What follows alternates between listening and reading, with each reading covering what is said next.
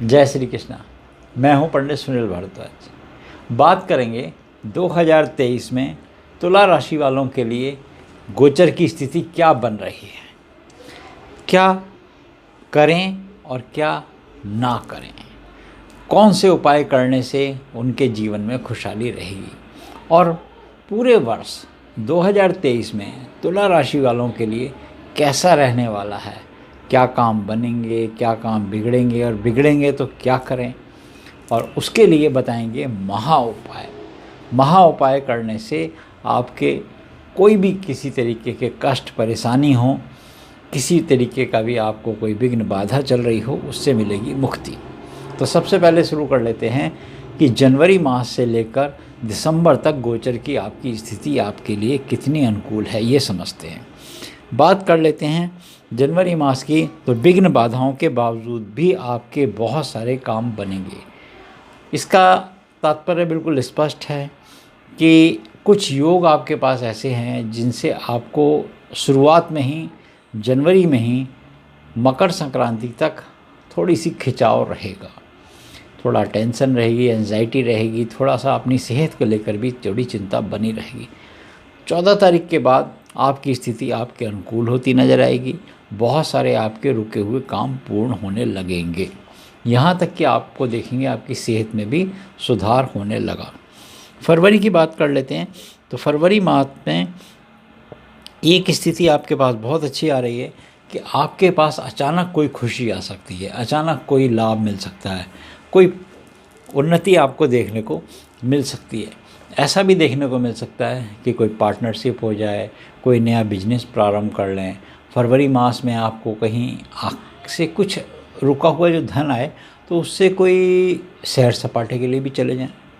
ये भी कर सकते हैं कि कहीं आप, अगर आपके पास कोई अपॉर्चुनिटी दे रहा है जॉब की, नए कोई काम की, तो वो सारी यहाँ पे आपके पास ऐसी आ सकती हैं कि जिससे आप वो काम पूर्ण कर लो। मगर आपने कोई भी एडवाइस लेनी है तो उसकी आप मशवरा करने में चूकें नहीं। इसमें कुल मिलाकर बात यह है कि जिससे भी एडवाइस लेना चाहते हैं निसंकोच लें। ये ना सोचें कि मैं क्या करूँगा, मेरे आइडिया ठीक है। इसमें किसी दूसरे की एडवाइस ज़रूर लें कि मैं ये काम करूँ या ना करूँ।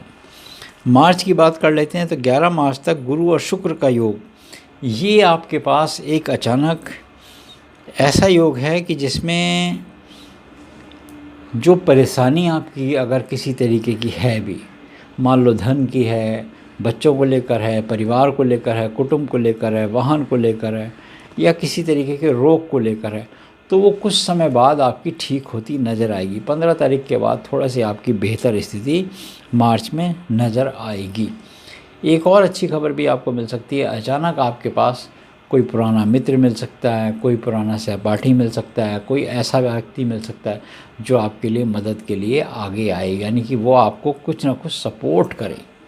और ये आदमी ऑनेस्ट होगा, यानी कि वो आदमी आपके लिए, समझ लीजिए, वेल विशर हो सकता है।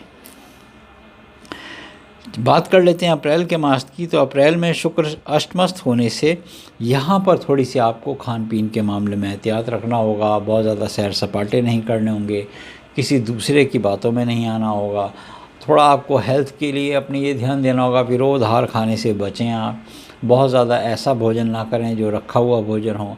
सैर करें, योग करें, प्राणायाम करें, मेडिटेशन करें। ये आपके लिए समय ध्यान साधना का बहुत अच्छा समय है। इस समय अपनी सेहत का आपको ध्यान देना होगा।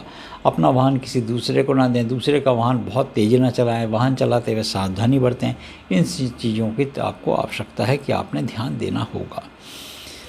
मई की बात कर लेते हैं। सूर्य और गुरु की शत्रु दृष्टि से ये भी एक और आपके लिए मुश्किल की घड़ी हो सकती है इस समय, क्योंकि आप दूसरे की बहुत ज़्यादा बातों में ना आए। दूसरा आदमी हो सकता है कि अपने लालच में आपको गलत राह दिखा दे, वो आदमी आपसे पैसा ठग ले, कोई आदमी आपको प्रॉपर्टी का लालच दे दे, कोई आदमी अगर ऐसा भी कर सकता है कि कोई आपको वाहन वगैरह में कोई ऐसा वाहन दे दे। सेकंड हैंड कुछ चीज़ खरीदने जा रहे हैं तो उसमें बहुत देखभाल कर ही खरीदें। बात कर लेते हैं जून के मास की। तो जून के मास में यहाँ पर आपकी स्थिति जो बनी हुई है वो ज़मीन जायदाद के निर्माण संबंधी बहुत अच्छी है। इसमें देखिए, प्रॉपर्टी को लेकर अगर आपकी प्लानिंग है तो जून के महीने में यह आपकी मैच्योर होती नज़र आएगी। कहीं ना कहीं एक चीज़ आपके पास बहुत अच्छी है कि बच्चों को लेकर किसी प्रकार की आपको पढ़ाई को लेकर टेंशन थी, जॉब को लेकर टेंशन थी, लड़की के विवाह या लड़के के विवाह को लेकर टेंशन थी, तो यहाँ पे आपके नए संबंधी भी बन सकते हैं। आपके बहुत सारे मनोरथ पूर्ण होने का समय है। बात कर लेते हैं जुलाई के मास की। तो जुलाई के मास में आप नौकरी चेंज कर सकते हैं। नौकरी चेंज करने का बहुत अच्छा अवसर है आपके पास। यहाँ पर परिस्थितियाँ आपके अनुकूल होती नज़र आएंगी। पति पत्नी में वाद विवाद चल रहा था, वो भी दूर होगा। माता से रिलेशन आपके बेहतर होते नज़र आ रहे हैं। अगस्त के मास की बात करते हैं। शुक्र वक्री होने के कारण आर्थिक उलझनें बढ़ा सकते हैं आपकी। थोड़ी सी आपके एक्सपेंडिचर बहुत हाई हो सकते हैं, जिसकी वजह से आपको बजट आपका बिगड़ जाए। तो अपना बजट संभाल के चलना होगा आपने। स्पेशल आपको अगस्त के महीने में, और अगस्त के महीने में आप रुद्राभिषेक का आयोजन करें। बाहर के सैर सपाटे में जाने से थोड़ा सा अवॉइड करें तो बेहतर है। अगर जाएं तो अपना एक बजट बना के जाएं, मुझे इतने ही बजट में जाना है, एक्स्ट्रा या ओवर बजट ना लेके चलें। सितंबर के मास की बात कर लेते हैं। तो सितंबर के मास में यहाँ पर आपको सहयोग मिलता नज़र आ रहा है। आपके परिश्रम में 4 चांद लगेंगे, यानी कि जो मेहनत आपने करी है उस मेहनत का आपको फल भी मिलता नज़र आएगा। ये सितंबर के मास की बात कर लेते हैं। सितंबर के मास में दोनों स्थितियाँ आपके पास अनुकूल हैं। पहली स्थिति तो जो काम आप कर रहे हैं उसमें आपको सक्सेस मिलेगी। दूसरी चीज़ कि आपके परिवार में कुछ लोगों की सहानुभूति भी आपको मिलती नज़र आ रही है। अगस्त के बाद सितंबर हमने बताया जैसे आपको, ऐसे ही आपके पास अक्टूबर का महीना भी ऐसे ही लगभग रहने वाला है। इसमें भी आपको कुछ सुखमय जीवन थोड़ा सा दिखता नज़र आएगा। ये लगेगा कि अब मेरे पास बहुत खुशहाली हो गई है और अब मेरे पास कुछ हर्षोल्लास का वातावरण है। घर में मांगलिक कार्य, मांगलिक कोई वर्क हो सकता है, ऐसा काम भी हो सकता है जो आयोजन हो, किसी मेहमान के आने की, किसी के संबंध बनने की, ये सब मिलाकर एक तरह से पार्टी का समय है। इस समय आप कुछ ना कुछ आयोजन करें, पार्टी करें। हो सकता है किसी तीर्थ स्थान पर भी भ्रमण करने जा सकते हैं। ये योग आपका बना हुआ है। नवंबर के मास की बात कर लेते हैं। 3 नवंबर से शुक्र नीचस्थ होने से आपको अचानक अध्यात्म स्तर में थोड़ी सी कमी आ सकती है। फिर भी आप किसी को धन दें तो उसका ध्यान रखें, उसकी मदद तब करें जब वो ज़रूरतमंद हो। इस बात का ध्यान रखें, कोई आदमी आपको थोड़ा उल्लू बना के पैसा ना ले जाए, इस बात का ध्यान दें आप। कोई आदमी आपको दूसरा बात बताए और कहे कि कुछ और बात थी, होगा कुछ और, निकलेगा कुछ और, तो उसको जब तक जांच पड़ताल ना कर लें तब तक किसी को देन लेन करते समय सावधानी बरतें, अन्यथा पैसा मिलने में संदेह रहेगा। दिसंबर की बात कर लेते हैं। तो दिसंबर जो जाता हुआ आपका ये साल होगा, तो इसमें जाते हुए साल व्यापारियों के लिए बहुत अच्छा समय होगा। कपड़े के व्यापारियों के लिए बहुत अच्छा समय होगा। तेल आदि, कपड़ा, खाने के काम से जो जुड़े हैं उनके लिए, लकड़ी के काम से जुड़े हैं उनके लिए बहुत अच्छा समय गुजरने वाला होगा। जाते जाते साल आपको खुशियाँ देकर अवश्य जाएगा। तुला राशि वालों के लिए ये अच्छे संकेत हैं।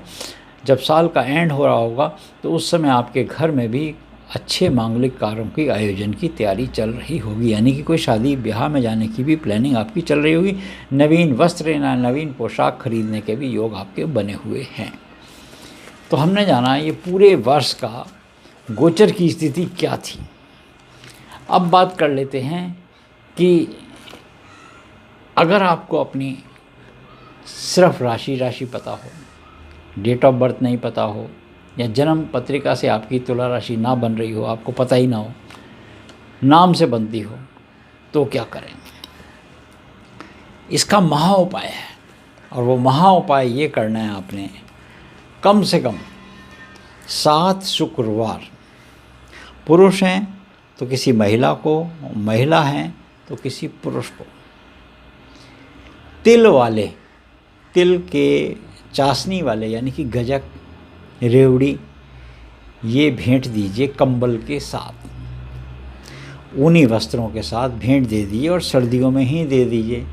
नया साल चढ़े जनवरी में, मकर संक्रांति पे 11, 21 जो आपकी यथाशक्ति हो दे दीजिए। 1 मास का भोजन की व्यवस्था अवश्य कराइए।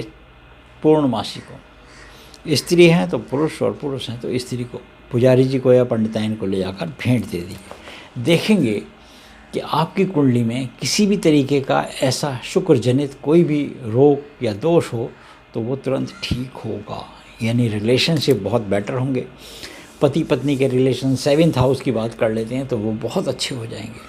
शुक्र आपका अस्त है, विवाह होने में विलम्ब हो रहा है या आपको बहुत ज़्यादा सोर्स ऑफ इनकम में दिक्कत आ रही है तो आपकी वो बहुत अच्छे से मैच्योर होती नज़र आएगी।